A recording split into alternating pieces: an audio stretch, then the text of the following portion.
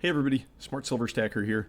Got some updates for you on this situation between Russia and the EU regarding Russian natural gas and how European buyers are paying for that gas. Last Friday was the deadline for a number of these contracts between EU buyers and Gazprom, and what we saw was the majority of European buyers capitulated to Vladimir Putin's demand that payments be made in rubles. And this was, of course, despite contrary guidance by certain EU officials. At the end of the day, though, we saw the realists win out and go ahead and buy Russian gas in rubles. And as a result, since then, we've seen the value of the ruble surge. So much so now that Russia is considering reversing some of the capital controls that it had originally implemented to protect the value of the ruble. And if we take a look at the chart for the ruble's value, this is the 5-day chart of the ruble compared to the US dollar, you can see that over the past week there has been a drastic appreciation in the value of the ruble. Last Wednesday, if you wanted to buy rubles with $1, you could get 65 of them for $1. Today, for that same dollar, you're only going to get about 57 rubles. And that is a very significant appreciation for a currency over such a short period of time. And so clearly, Vladimir Putin's plan to support the ruble by implementing this sort of petro-ruble system is working. It's successful. And, you know, we've seen this over the past 50 years. It's the same way that the U.S. has propped up the value of the dollar with the petrodollar system.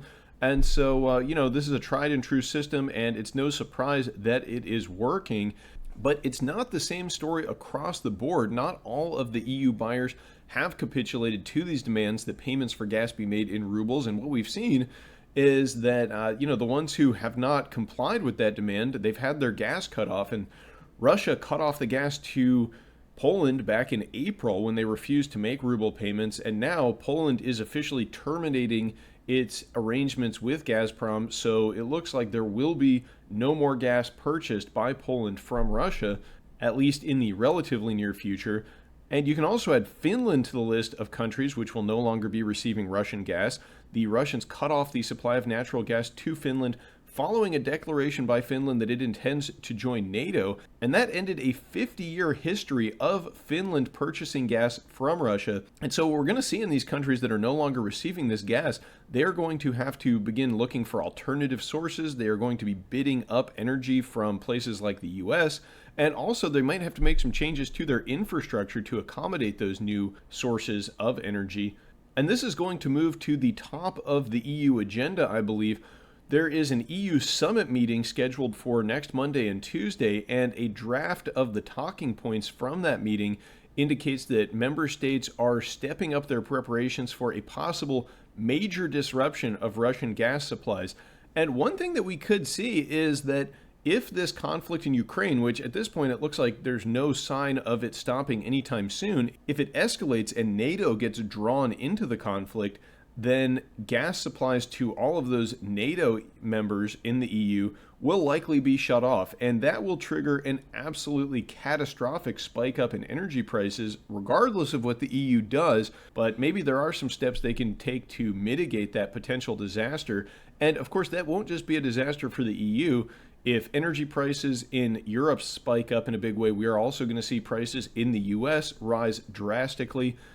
Now, what kind of steps could the EU take to prepare itself for Russian natural gas being cut off? Well, here's a headline from BBC from today. Could hydrogen ease Germany's reliance on Russian gas?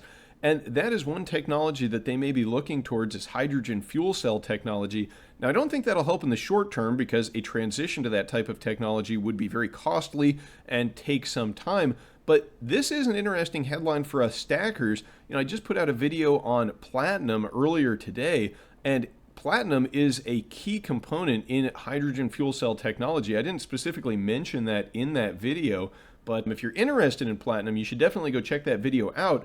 And if we do see a transition to more hydrogen fuel cell tech, that will create a lot of demand for platinum and platinum group metals moving forward. So it could be very positive for their price. Now, I've mentioned in previous videos that Vladimir Putin's successful implementation of this petro-ruble system may embolden him to take further steps to attack the dollar and to move forward with his de-dollarization agenda. And this is a headline from March 30th, where Russia was threatening to demand rubles for grain and other exports. And this is something that we may see moving forward as the ongoing global food crisis continues to worsen. We can take a look at the chart for wheat here, and you can see that we are still pushing up against record high prices, near $12 a bushel. And if Russia were to take that step, if they were to demand ruble payments for grain, that could be a very serious move towards de-dollarization, and it also would lend tremendous support to the Russian currency. So it looks like Putin still has a few tricks up his sleeve, and I would not be surprised if we see something like this moving forward. This is the list of the top wheat exporters for 2021, and Russia right there at the very top of the list. So that gives you an idea of what a significant move it would be if Russia were to demand payment for grain exports in rubles. And this is a very fluid situation with the ruble and with the EU. And I think that there is really the potential here for a catastrophic rise in the price of energy and in other commodities as well. There are a lot of commodities that Russia exports, and if they begin demanding payment in rubles, we are going to see the price in dollar terms of all those commodities increase significantly moving forward. And so this is something that all of us in the West, I think, should be paying attention to. And still, there is time to get prepared. You know, wheat at $12 a bushel may seem cheap in the future, so I do think it's a good time to be setting aside some food, building up that emergency food supply. Also a good time to be getting your hands on some hard assets. I do think gold and silver will be an effective way to protect purchasing power. Also might be a good time to be taking a look at some energy companies. I mean, I know the price and the valuation for those is already fairly rich and has already moved up quite a bit. However, if Russia does cut off the supply of natural gas to the West, to the EU, then we are going to see much, much higher energy prices than we are currently experiencing, and likely companies that are involved in the production of energy will do quite well. So let me know what you think in the comments down below. What are you doing to get prepared? Do you think that we might see Russia demand ruble payments for commodities other than gas? I would love to know what you have to say. Let me know in the comments below. Thank you all very much for watching, and I will catch you next time. Smart Silver Stacker, out.